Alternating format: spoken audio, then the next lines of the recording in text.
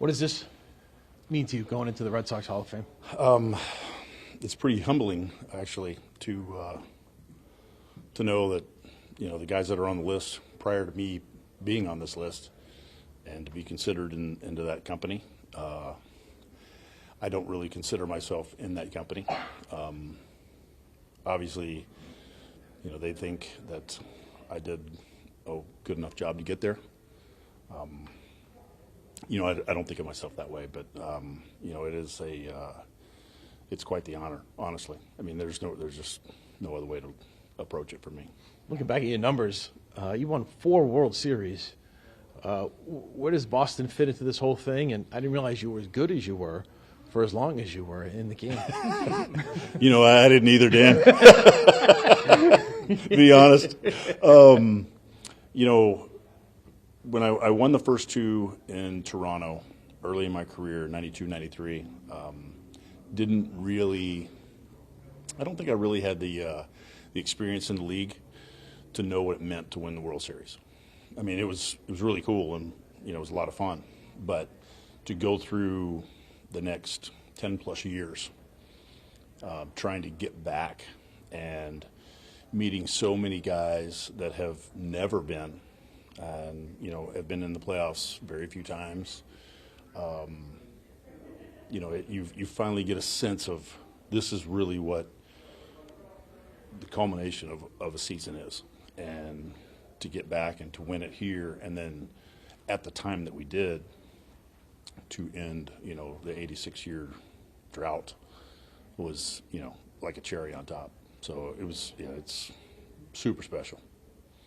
Obviously, playing in the same division as the Red Sox when you were in Toronto, you were playing against a team that just hadn't even been to the World Series since before your playing career began. To come here and be on a team that finally gets the World Series for the first time in 86 and then wins for the first time in 86 years, was that something that, you thought about when you were, coming here from all the other teams that you've been on?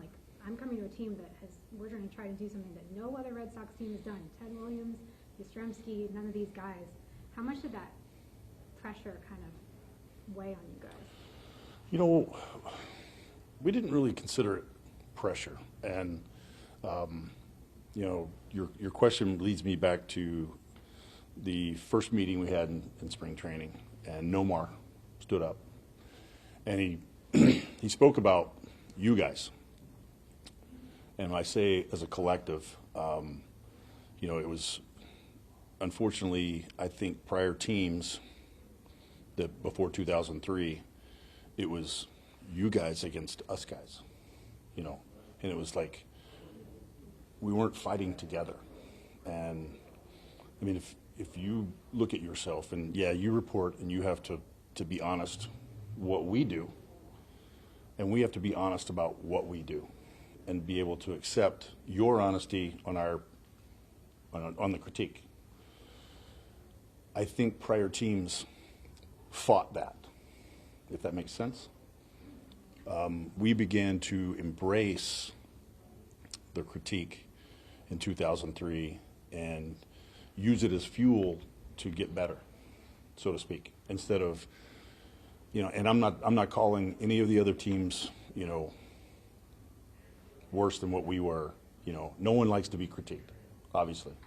But if you're taking a critique in the correct manner, you get better.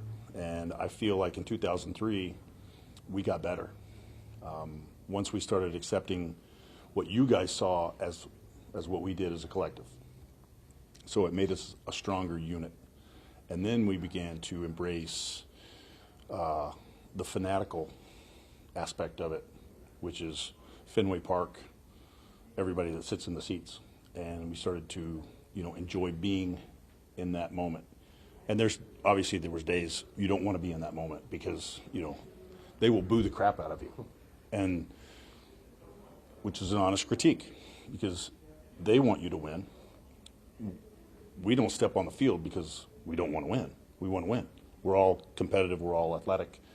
We all want the same thing. But I think 2003, entering, into that stream, we all started swimming in the same direction.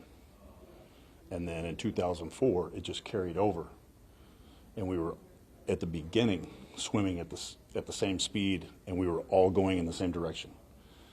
And if you have the energy that New England has and the passion that it has for the Red Sox, if you can channel that like we did, obviously the result is what it was. And we had a whole lot of success on the field. You've been back here a lot, obviously, for races and things like that. How much will you think of Tim Wakefield tonight when you're going in?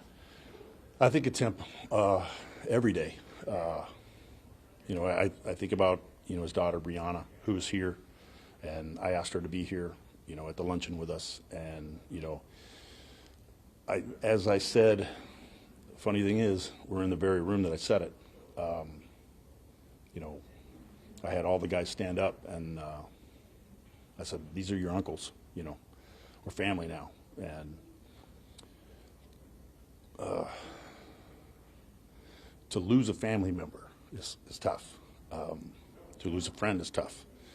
But, you know, we do our best. I'm not the uncle that, you know, gets in Brianna's day-to-day living. That's not what I'm meant to do. But, you know, I call her and keep her in check, and we send texts and that sort of thing. So I think of Tim quite often. You know, I love to hunt. I love to be outside. I know he did too. We enjoyed it. Every time I go outside, you know, at my place in Colorado, you know, it saddens me because he never got to walk on the ground that I walk on. But I also know, you know, he's seen it all. He's probably seen more of it than I have now. So I wish he'd tell me a few secrets. That'd be great. But but yeah, I do miss Tim quite a bit.